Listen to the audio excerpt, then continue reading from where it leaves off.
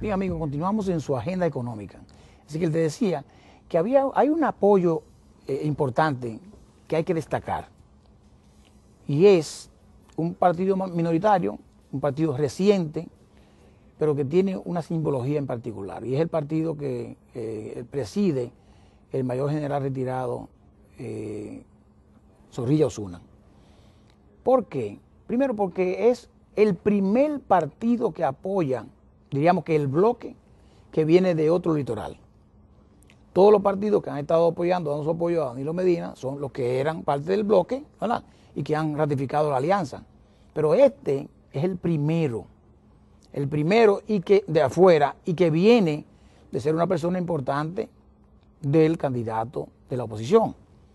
Por lo tanto, tiene una importancia radical. Y él decía que había una sintonía entre lo que ellos en su partido entienden que debe ser el futuro de la República Dominicana y lo que enarbola el candidato del Partido de la Liberación Dominicana, Danilo Medina. Yo creo que eso es fundamental. Mira, yo recuerdo y vengo analizando que en cierta manera hay una estrategia mediática, por así decirlo, de parte de la oposición para en cierta forma darle o quitarle importancia, quitarle tal vez valor, trascendencia a esas alianzas, a esos pasos que ha venido dando la candidatura y el proyecto de Danilo Medina Sánchez.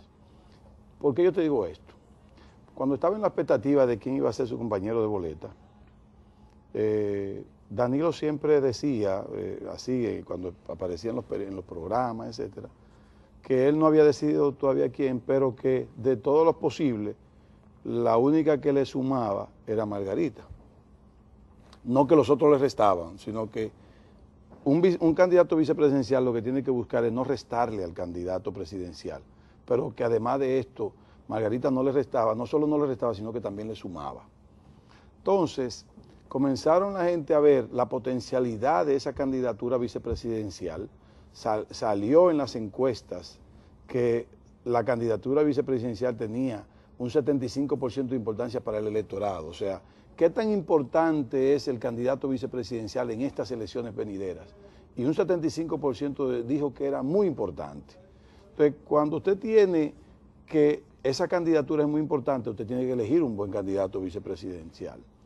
Entonces, Danilo escoge finalmente a Margarita, y cuando estaba en la expectativa, esa estrategia mediática comenzaba a decir, no, porque van a decir que eso es más de lo mismo, que es la esposa del presidente, que entonces Danilo está preso, que está en cierta manera atado de las manos, que finalmente él va a hacer el mismo gobierno que ha estado haciendo Leonel, como que el gobierno de Leonel ha sido fatal. Sí, o sea, más de lo mismo. Querían fatalizar, sí.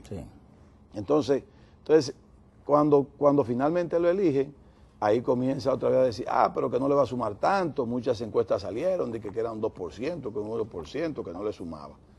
Al final esa candidatura, en términos así rápido, yo creo que le sumó, yo no sé cuánto, no voy a especular. Puede ser un 5, un 7, un 10, un 12, no sé. Pero desde que le sumó, le sumó. Pero al mismo tiempo, Danilo no se queda con que, ya elegí mi candidata que me sumó. No, también sigue aliando.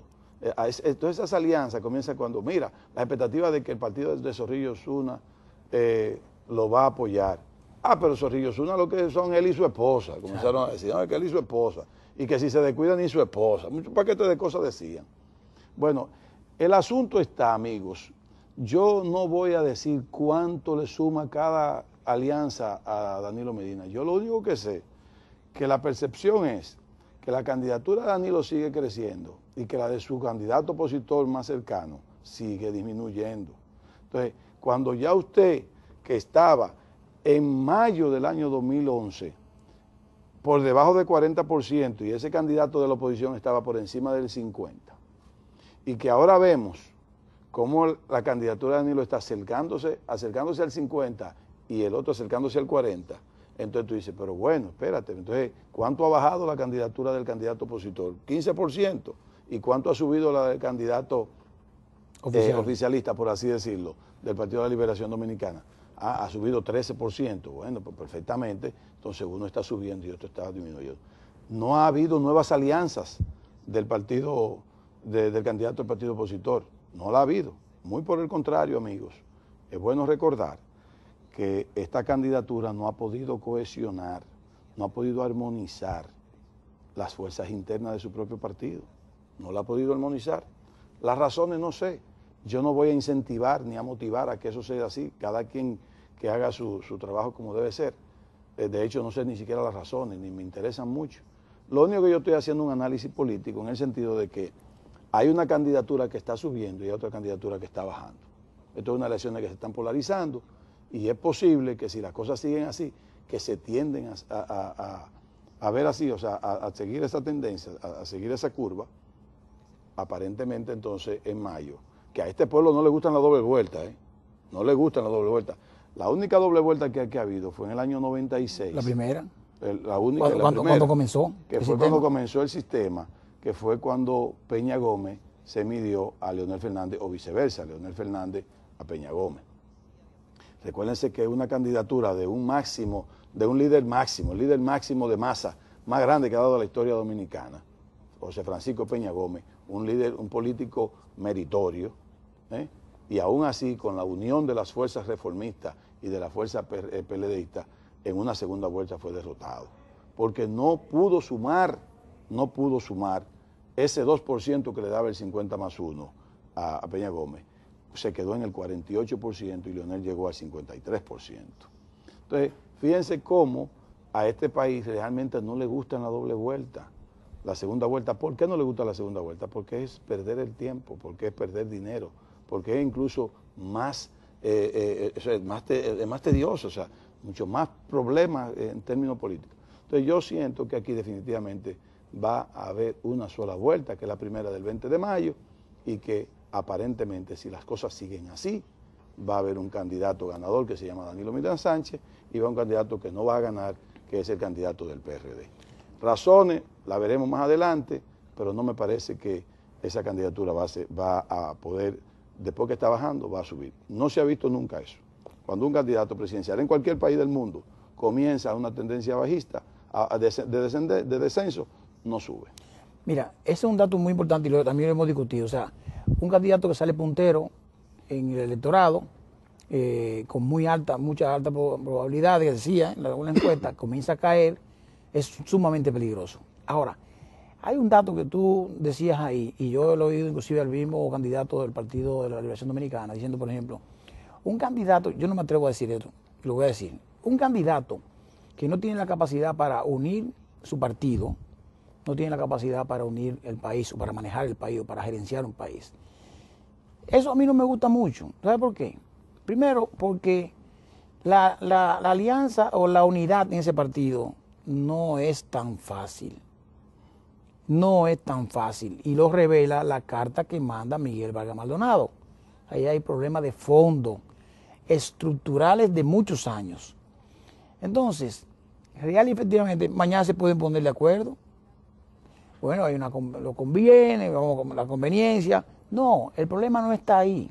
El problema está en lo que ocurrió, en lo que pasó en el 2000-2004, en lo que ha ocurrido del 2004 al 2012, en la transformación fundamental, estructural, real de la República Dominicana. Lógicamente no en la mayoría de los dominicanos, porque lo que pasa es que la gente ve el desarrollo y el avance en su caso particular. Naturalmente hay un problema de distribución de riqueza, que es lo que se va a atacar en el futuro. Pero las cosas que ocurrieron no se pueden olvidar, no se pueden echar de un lado. Hay un problema que ocurrió, está ahí, está latente. Y los mismos que andan hoy hablando bien de esa candidatura fueron críticos importantes cuando estaba la corriente interna. Entonces, si ellos internamente cuestionaban lo que había pasado, no tienen la calidad moral para decir que lo otro está mal. Mira, el PRD es uno de los partidos, yo diría que de los que están ahora el más viejo de todos. ¿Está bien? El PRD gana las elecciones por primera vez en el año 1962 con Juan Bosch a la cabeza, o sea, como candidato ganador. Solamente dura 6 meses en el poder. Cuando lo derrocan, lo que salen es una balsa de dominicanos diciendo que el único culpable de ese derrocamiento fue Juan Bosch. Y de hecho, el mismo PRD no hizo una gran defensa política de esa situación. No sé si tuvo la culpa o no tuvo la culpa, pero no hizo la gran defensa. Finalmente, este partido vuelve al poder 16 años después. En el año 1978, después de Balaguer durar 12 años en el poder consecutivamente, con muchísimas ideas y acusaciones de fraude en todas las elecciones, etcétera. Recuerden que en el año 74, en el año 73, Juan Bosch sale del PRD, deja ese partido sin candidatura y prácticamente no hubo, fue una elección con un solo candidato, que fue Balaguer en el 74, que Juan Bosch se vendió, etcétera. Hubo problemas con Isidro Jiménez Grullón, problemas con Peña Gómez, etcétera. En el año 78 finalmente gana, y hubo problema, inmediatamente gana y toma la posición Antonio Guzmán, donde ya hay problemas internos en el partido. Guzmán prácticamente gobierna solo, y al punto de que lamentablemente se tuvo que quitar la vida por una disputa interna, porque finalmente fue una disputa interna de una gran vergüenza que le querían hacer pasar a Antonio Guzmán Fernández. En el año 82 gana Jorge Blanco, y ahí hay una disputa, 4 años con una disputa. Fue un gobierno que lamentablemente tuvo una rebelión social en el 84, y termina siendo un gobierno malísimo en términos de imagen. Y también económico. Termina en el 86, donde se supone que ganó Jacobo Masluta, pero le dieron el poder a Balaguer. Y que la discrepancia interna permitieron que Balaguer se colara. Pero bueno, hubo ahí que no se le contaron los votos de la estructura, etcétera. Entonces, a partir de ahí dura exactamente 14 años más fuera del poder. Vamos a seguir con ese recuento histórico del PRD en el próximo segmento. Manténgase con nosotros.